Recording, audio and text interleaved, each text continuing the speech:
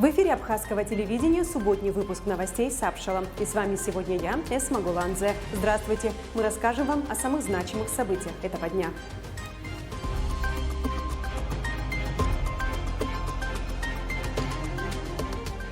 В сегодняшнем выпуске «Служу Родине». Новобранцы Абхазской армии приняли присягу.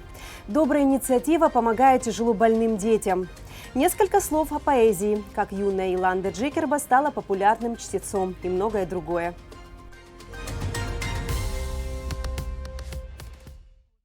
Новобранцы Абхазской армии присягнули сегодня на верность Родине. Торжественная церемония по сложившейся традиции проходила в Министерстве обороны. Подробности в репортаже Гугуцы Вардания.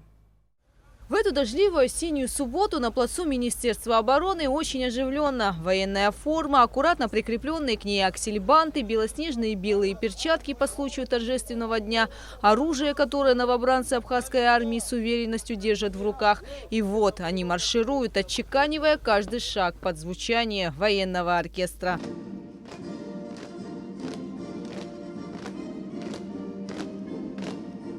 У новобранцев Абхазской армии особенный день. Сегодня, принимая присягу, каждый из них клянется на верности Родине. Перед тем, как принять присягу, военнослужащие успешно прошли курс молодого бойца. С новобранцами усердно занимались их командиры, с каждым днем оттачивая их навыки. 2 ноября я был призван, сюда нас распределили, мы приехали. Все было на высшем уровне, было тяжело поначалу, но мы привыкли к распорядку дня. И офицерский состав добросовестно отнеслись к поставленной задаче. Сержанты, стажеры постоянно с нами были, 24 часа мы занимались, готовились и пришли к этому торжественному дню. Но молодое поколение, оно должно понять, что служба в Вооруженных силах Республики Абхазия – это на сегодняшний день необходимая задача. Осенняя призывная кампания началась. 57 граждан поступило в учебный центр Министерства обороны для прохождения курса молодого бойца. Все они успешно завершили. Цели и задачи, поставленные Министерством обороны перед руководством учебного центра, достигнуты. Они адаптировались, сплотились с коллективом. Считаю, что первые дни были трудные, но после этого они все стали в строй. Сегодня принимают присягу и в дальнейшем будут с честью и достоинством служить в Вооруженных силах Республики Абхазия. Особенно волнителен этот день для родителей. Сегодня они с гордостью смотрят на своих сыновей, которые дают клятву служить Отечеству. Я и все мамы, папы, которые здесь собрались, мы с большим трепетом ждали этого дня. И сегодня этот день для нас как самая знаменательная дата. И в жизни моего сына, и, наверное, в жизни каждого мальчика, который здесь сегодня принимает присягу. Всю жизнь мы учили любить Родину, всю жизнь мы прививали любовь к своему народу, к своей земле. Мой сын очень любит Абхазию, он настоящий абхаз. Многие новобранцы в ходе прохождения курса молодого бойца показали хорошие результаты. Им были вручены почетные грамоты. Вашей задачей овладеть знаниями, военным искусством и продолжать традиции сохранения мира. Желаю вам удачи, здоровья, благополучия. В различные периоды истории воинская клятва называлась по-разному, но суть ее всегда оставалась одна – обещание защищать Родину, не щадя своих сил и жизни. Гугуца Вардания, Роберт Ломия, Абхазское телевидение.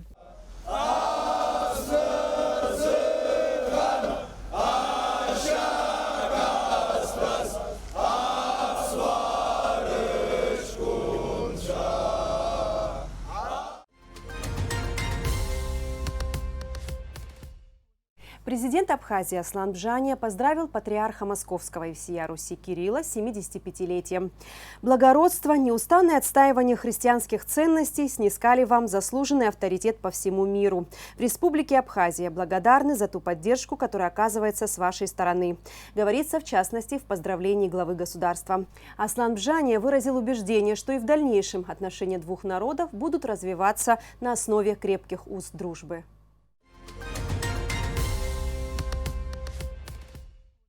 Руслан Хашик вновь избран председателем Союза журналистов Абхазии на состоявшемся 20 ноября в Сухуми 13-м съезде Союза журналистов. Делегаты съезда заслушали отчетный доклад руководителя Руслана Хашик о работе творческой организации за 2016-2021 годы. Участники журналистского форума признали деятельность Союза журналистов за прошедшие 5 лет как удовлетворительную. На съезде также были внесены изменения в устав Союза журналистов Республики. Делегаты и участники съезда единогласно проголосовали за избрание Руслана Хашик председателем.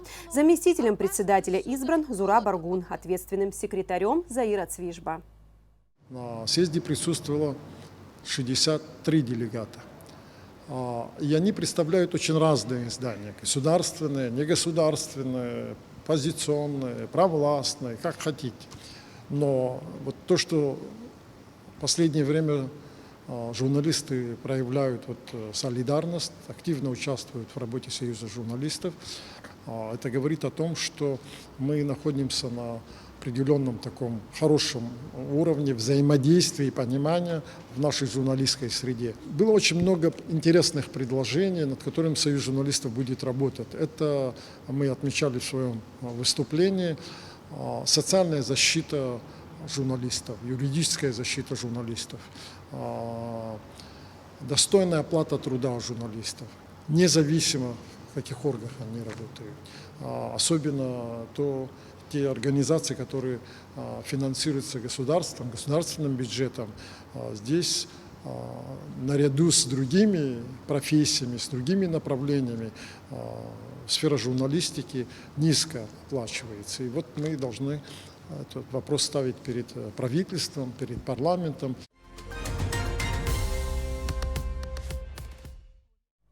В Москве состоялась встреча министра здравоохранения Абхазии Эдуарда Бутпа с первым заместителем министра здравоохранения России Виктором Фисенко. Российская сторона выразила готовность оказывать помощь республике в борьбе с коронавирусной инфекцией. Также была достигнута договоренность проводить онлайн-конференции с абхазскими врачами. На встрече поднимался вопрос о возможности приобретения дефицитных препаратов, таких как Артемра, Артлегия, Элсира. Кроме того, Эдуард Бутпа и Виктор Фисенко обсудили вопрос строительства кардиоцентра на базе Сухумской городской клинической больницы, возможность признания QR-кодов на территории России и другие вопросы сотрудничества двух ведомств.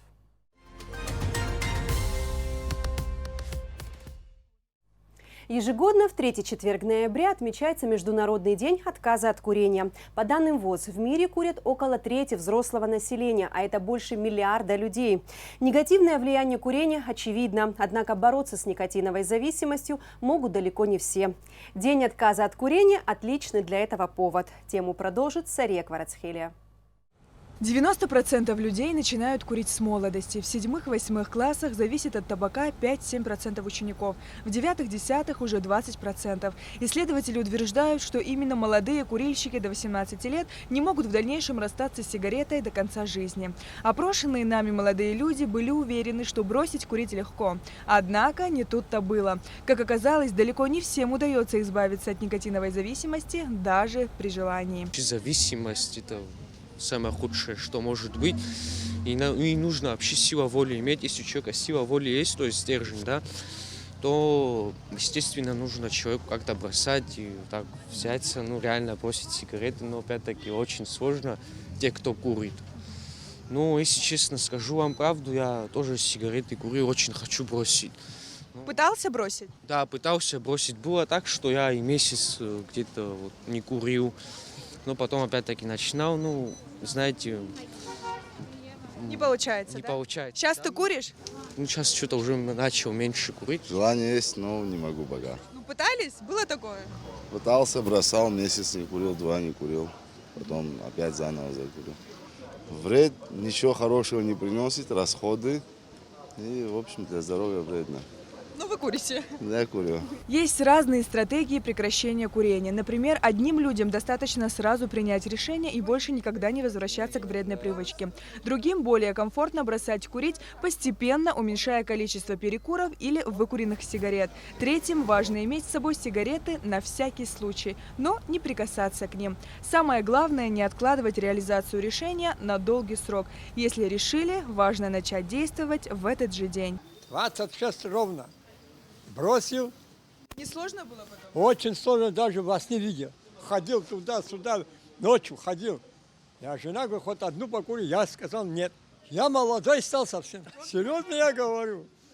В то время, когда я курил, это вообще настроения не имел. И этот, как я кушать не хотел, до обеда не кушал.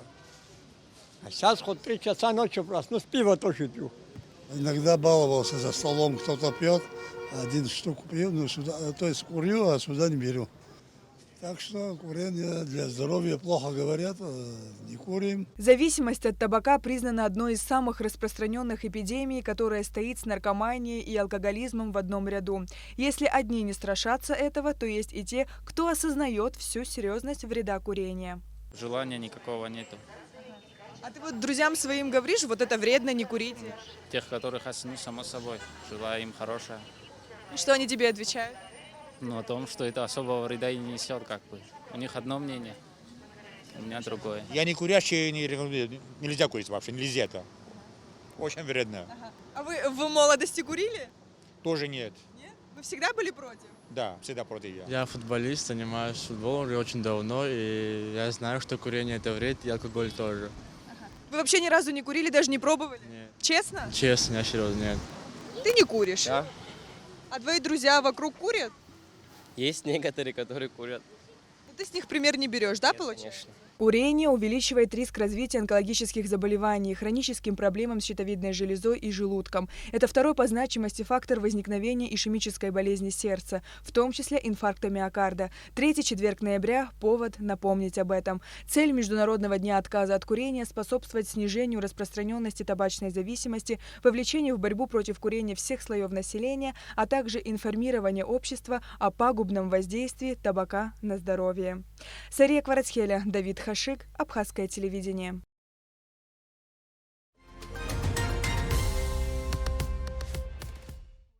Ничто не украшает девушку больше, чем поэзия. Юная Иланда Джикерба из Гагры уже больше года ведет поэтический блог в социальных сетях. На своей страничке она читает стихи разных авторов. О красоте слов и души в нашем следующем репортаже. Чужие стихи помогают выразить собственные чувства, написано в ее аккаунте в Инстаграм. Экономист по образованию Иланда Джикерба уже больше года ведет блог о поэзии. В нем она читает стихи разных авторов, от классиков до современников. Благодаря чарующему голосу и эмоциональному исполнению ее видео находят большой отклик у слушателей. Если хочешь о важном, давай о важном. Хотя это понятие так двояко. Одиночество вовсе не так уже страшно. Страшно в 21 умереть от рака. Уроженка Гагры Иланда увлеклась стихами еще со школьных времен. В какие-то периоды писала сама. Несмотря на любовь к творчеству, девушка получила экономическое образование. В свободное время занимается танцами, работает менеджером фотографов. Однако свое будущее видит именно в поэзии. Удивительно, что юная девушка собирает тысячи подписчиков без какого-либо эпатажа, оставаясь собой и выражая мысли в виде стихотворений. Каждый определенный человек выкладывает в Инстаграм то, что ему нравится. Я не была активным пользователем Инстаграма до того, как я начала вести свой блог про поэзию. Просто в определенный момент захотела поделиться строчкой своего любимого произведения, которое написал Эдуард Асадов. Вот. Записала прочтение, залила на площадку Инстаграма, и все как-то закрутилось, завертелось. Иланда также читает стихи на абхазском языке, который, как известно, богат звучанием. Чувствую особую ответственность, когда читаю на родном языке, признается девушка. И у вас все сыздыр. И улшузыр из сцены зеке. Эрхёй так зачхази нысмёла схойтха и хазу парина хасхаме. Апхя издырует и сыргисатк мызгы шуксык. Сабстазары заге гулганы шизго. Интересное звучание привлекает слушателей разных культур и национальностей. Даже люди, которые не понимают абхазского языка, мне очень нравится то, что люди пишут: мы ничего не понимаем, но нам безумно нравится. Даже есть девушка, которая после моего произведения на абхазском языке, она русская, она мне написала, она говорит: мне настолько нравится, как звучит ваш язык, что я захотела его выучить. Естественно, я предупредила, что абхазский язык один из сложных языков, но по сей день девушка старается, и мне безумно приятно, что я являюсь инициатором для того, чтобы изучать вот этот вот наш красивый родной абхазский язык.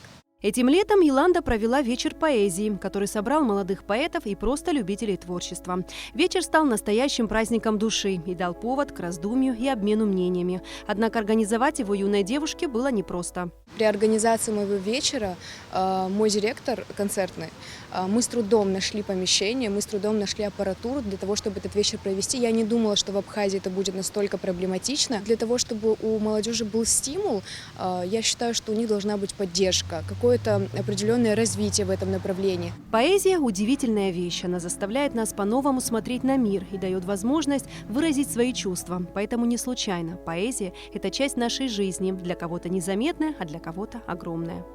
Эсма Голанзе, Михаил Братухин, Абхазское телевидение.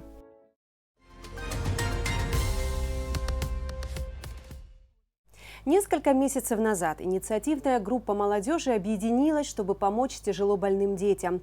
Как неравнодушие и отзывчивость делают наш мир добрее, расскажет Гугу Цавардания. Несколько месяцев назад у инициативной группы молодежи возникла идея своими силами помочь детям, которые борются с тяжелыми заболеваниями или оказались в сложной жизненной ситуации.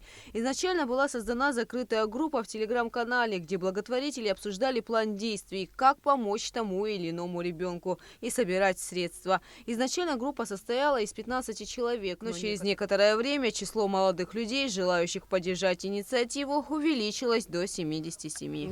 Нас сейчас уже 77 человек активных ребят, которые ежемесячно скидывают каждый по своим возможностям абсолютно разные суммы, кто может больше, кто меньше. И за такой очень короткий период, я считаю, мы сделали очень много. За 2 месяца молодыми людьми было собрано более 700 тысяч рублей. В основном собранные средства они перечисляют благотворительным организациям Абхазии. За короткий срок удалось помочь 9 детям и подросткам с разными заболеваниями. Мы помогали фонду Ашана со сборами, мы помогали фонду «Доброе дело» неоднократно. Тимур Шикер, парень, которому очень срочно нужна была операция, ему дважды собирали финансы. Он, кстати, у нас был первый, кому мы совершили сбор, и мы в первый же сбор собрали 220 тысяч рублей буквально за несколько дней. И фонду Кераз мы помогали с приобретением коляски инвалидной. Также мы помогали разным людям, которые обращались к нам, в принципе, просто за помощью. Конечно, проверка была полная по документам и так далее. И после этого всего мы оказывали... более 700 тысяч рублей нами уже собрано и оказана вот такая вот помощь. Я считаю, что это очень много за такое время короткое. В нашей группе преимущественно участвует молодежь нашей республики, и уже не только нашей республики, но в основном, это молодые люди абсолютно разных слоев населения, разных интересов, разных политических взглядов, разных родов деятельности. То есть это абсолютно разные люди, в основном это, конечно, молодежь, которую объединяет одна цель – сделать как можно больше добра для наших детей. Схема работы благотворителей выглядит так. Сначала запрашивается информация у благотворительных организаций о детях, нуждающихся в срочной помощи. Важно отметить, все построено на доверии и прозрачности. Закидывают информацию в нашу группу, там мы уже все обсуждаем и далее осуществляем сбор на одну карту. И уже как только соберется, когда все уже сделают свой вклад, мы созваниваемся с фондами и передаем им деньги. То есть полная прозрачность всегда, все чеки, все открыто и прозрачно для каждого участника. В дальнейшем молодые люди планируют помогать детям и напрямую. Кстати, к Новому году у них возникла еще одна идея – организовать праздник особенным детишкам. Мы очень хотим организовать праздник для особенных детишек, собрать 5 семей и сделать им настоящий праздник и показать, что добро все-таки существует в мире. Показать, что добро существует в мире, может каждый из нас. Присоединиться к молодым благотворителям можно, вступив в закрытую группу в телеграм-канале. Для этого нужно написать Сарию Джупо в соцсетях. Внимание! В группу принимают только активных участников. Чтобы следить за новостями о сборах, можно подписаться на страницу «Добро для детей» в Инстаграм. Гугу Цавардания, Инала Гухава, Абхазское телевидение. Информационный выпуск Сапшала завершает свою работу. Оставайтесь на нашем канале. Всего вам доброго. До свидания.